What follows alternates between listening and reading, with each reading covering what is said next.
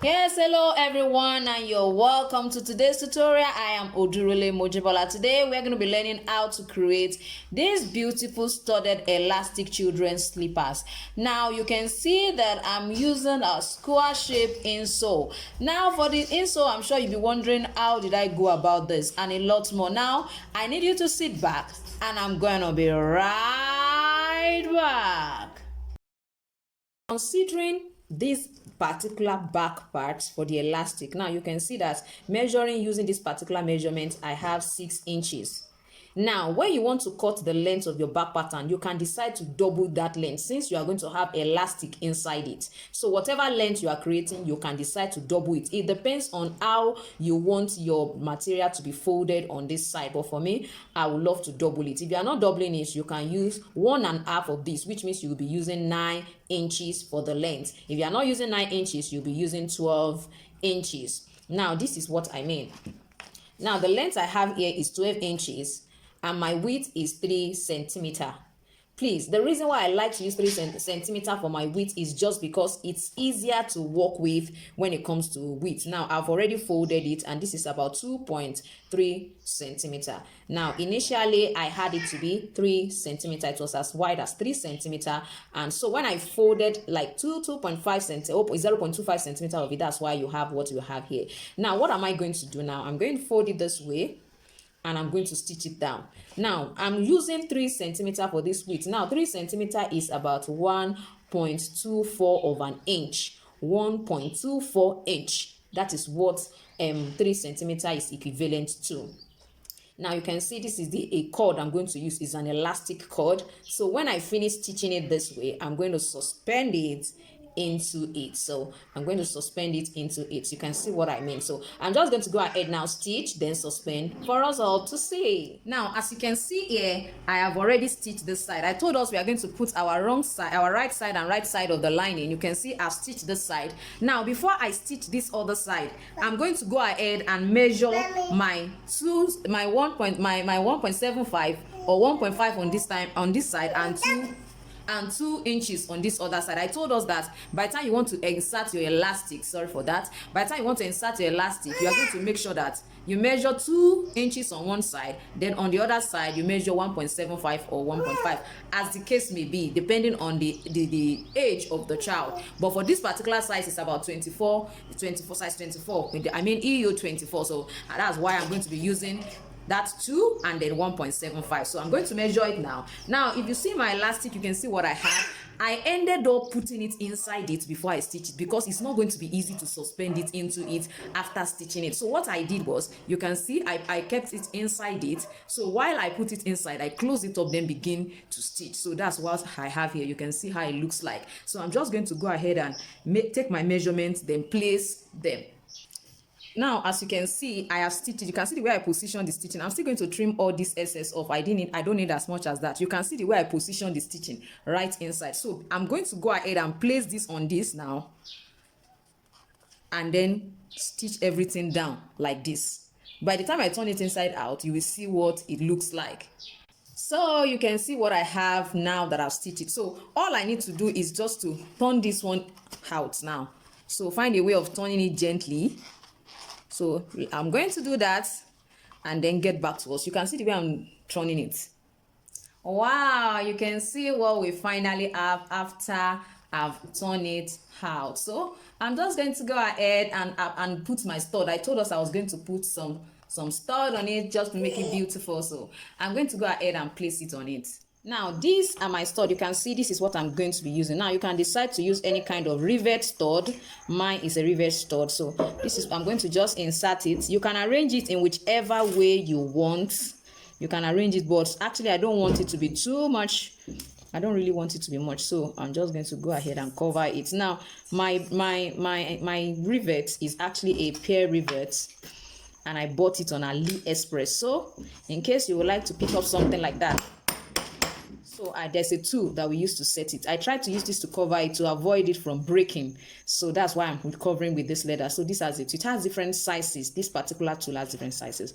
And it's meant for this purpose majorly. So you can see what I have here. Now I'm going to go ahead and last my elastic slippers. Yes, it's a beautiful elastic slippers with studs. In short, it has so many names you can actually call this because it's really a beautiful one.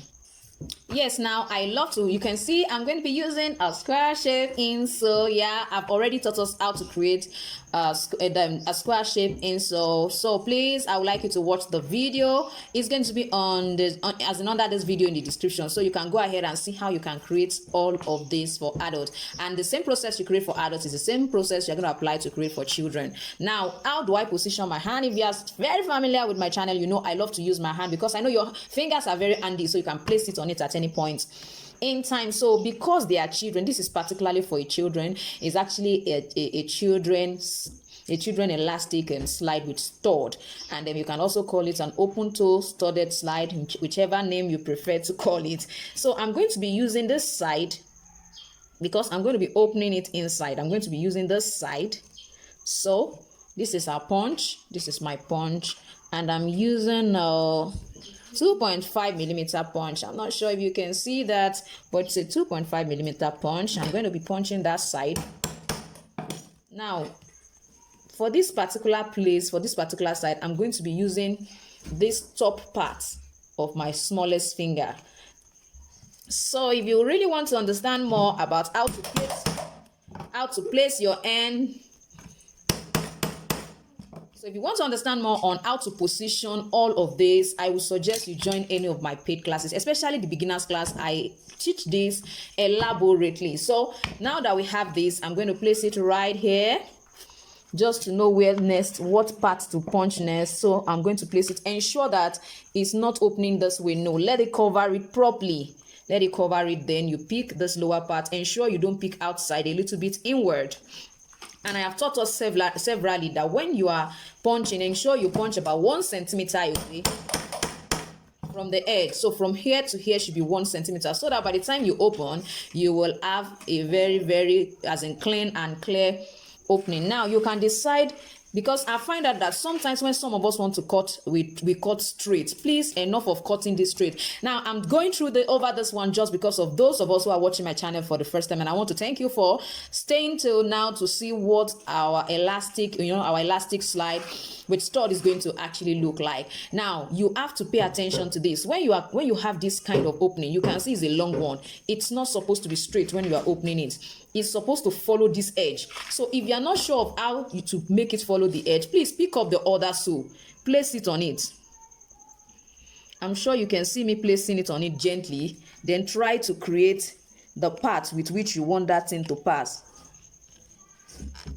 So from that, you can easily just try to press it down, just for you to be sure of where to open. Don't just make it straight. You can see that from here now, you can see that I didn't just draw straight. It has a shape of this particular side, and that will help me when I want to open it up. So now this side as well, I'm going to go ahead and do that. Don't forget, if you are just watching me for the first time, please ensure that you press the subscribe button. Yes. Don't forget, ensure you press the subscribe button. And then the bell, the notification bell, that will help you to always see my notification. Each time I upload a video, you will be notified on your phone, so you don't have to miss anything. When I have promotions, you don't have to miss it. At least you can know what is going on and everything. So I'm going to go ahead and use my utility knife. For now, I use my utility knife to open. So I'm going to go through this gently. I'm going to cut through like this. You can see I've cut through. Now I didn't get to this side because I don't want it to cut away. So I'm going to go ahead and finish it this way, so it's very much open now. Now I'm not going to just leave this way. I'm going to cut through a little bit more. Now the reason is because the thickness of my upper is not as tiny as this. If I insert it into it, you will find out that this side will be bulging out. These are the things we really need to understand. So now it will be bulging out. So if you don't want it to bulge, you definitely have to make it, you have to open it a little bit more. So I'm going to show you us how I'm going to be doing that. Ensure that your utility knife is sharp enough to do that. Just follow gently. So you can see the way I'm gently doing that. You can see the double cut. It's actually a double cut now. Now somebody will be wondering, why is this woman punching I don't punch mine, I just open. Now what the punching at the two edges does is it secures your opening. It doesn't allow it to tear off. So that is majorly the reason that side is open. That's the reason for punching those edges. So your utility knife is actually a good one. So this is what we call the utility knife. If you really don't know anything about shoemaking and you are just coming across this particular channel for the first time, so I have taught us a lot about all of these tools and material. You can just go to the description under this video and go and look at the channel to see all the available videos. I believe so strongly there's no way you will be part of this my class and you won't be able to produce a footwear. Yes, I mean it. You should be able to produce a footwear without supervision. Yes, and then when you now need mentorship and you find out that, oh, I'm making mistakes here, I want to work on this, then you can decide to chat me up and join any of my classes. Yes, so you can see what this looks like. You can see what it looks like. So I'm going to go ahead and open the side as well. I'm sure you can see what I have here. You can see this, you can see it. So I'm going to just go ahead now and use this one for the second one. Now, as long as you have created this, I am going to suggest that you go ahead and keep this. I mean this particular pattern, cut it out, know where you opened, you understand, and create a pattern from that. Know whatever size you use, write it on that pattern, write it at the width, the length, all this elastic. Like for me now, if you look at this, my elastic, you will find out that the size, what I measured, if you remember, it was 6 inches that I measured. It was 6 inches. At the end of the day, the elastic you are going to use cannot be exactly 6 inches. It should be around 5 or 4.5 inch because you know it's still going to expand.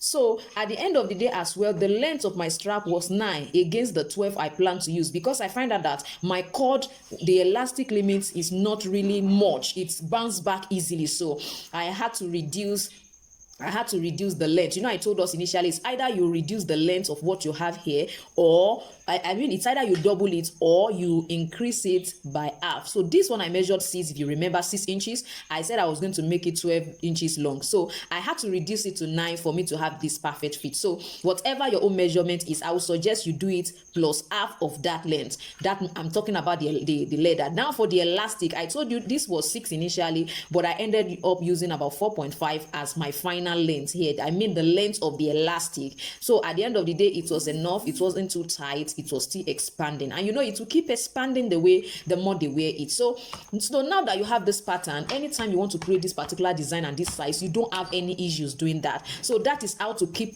you know, creating patterns and creating patterns. Now this, I'm just going to place it right on it, and I'm going to go ahead and use my pen to mark where I need. So you can see what I have. I'm just going to punch and open just like I did to it. And you know, subsequently, if you already have this, you are going to just place it on your inner sole and just place. It makes your work faster. In my last class, I was teaching us, I said the more production you have, the lesser your expenses, your cost of production will be reducing if you can produce more. So by having this pattern, you can successfully do much more on another day. You don't have to go through the process of knowing where the position is. Again, that is very important. And if you would like to actually buy my ebook, I have an ebook that has all of these different patterns. It has different patterns right in it. I've taught us a lot about the patterns, some of the patterns on my YouTube channel. Please let me know if you in the comment section if you would like to buy the book. The ebook is $13, which is equivalent of about 5,000 in Nigerian currency. So please let me know. And I have a lot of free downloadable ebook PDF file too. You can download and use. So many of us have not even tried to download. Some of us downloaded without printing. Please lay your hands on this thing and you'll be amazed at what you will be producing at the end of the day. So I'm going to just go ahead and punch, and then we'll finally last our elastic slippers. Yes, now I've already applied the gum. You can see my contact remains adhesive, so I'm going to just go ahead and last. I think that aspect of this is very interesting. Now if you look at this particular shoe last, you can see that it's very close to the tip. I had to push it forward because I want the child's leg to, because the child's leg at this point for the last is actually a bit smaller, so I have to push it a little bit forward so that I can have this size. So if the child you are working for has a smaller leg, all you need to do on your last is to push it a little bit backward, and it will maintain that small space. So for me, I think what will be okay for the child is for the last to be at this particular position. Now before you know it, our elastic slide with stud is ready. So let me quickly. So it has to be firm. It has to come in this way. If this is quite much, we can reduce it. While we pull this in and pull this in, we can reduce all of this so that both of them can stay conveniently. So just going to hammer down, then see what I have. You can see what it looks like. So the child can easily wear it because it has an elastic. So I'm just going to bottom it and we are good to go. Yes, now we have applied our gum and I'm just going to go ahead and finally bottom my children elastic slippers. Or you call it a sandal, fine. So this is what I have here. I'm going to, now at this particular point you have to be careful or else it will not fit it perfectly. But then place this, ensure that this is well placed. Then you come back to this side and push it in a little bit. Ensure you push it in. You can see the way I pushed it in. So you come to this side and do the same thing. You can hold it this way so that you can see what you are pushing in. So you can see what I have. So this is perfect. This is perfect.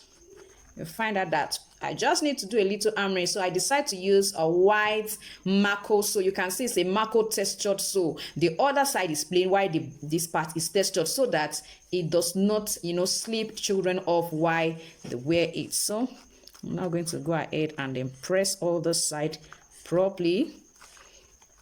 Hammer those places that needs hammering, and I'll just do the second one as well. Yes, you can see what our final product looks like. This is really cute and beautiful. I'm sure you will love to lay your hands on this. Now, don't forget, if you're just watching me for the first time, ensure you subscribe to my channel and press the notification bell so that each time I upload a video, you will be notified. If you would like to join any of my paid classes, please let me know in the comment section. I will take it from there. And if you're interested in any of my ebook, just let me know. Probably you need just a particular pattern and you will be willing to pay for it. Why not? Just get in touch with me and then we will work on that together. Now, thank you so much for watching today's tutorial. I'm gonna see you next time. Bye.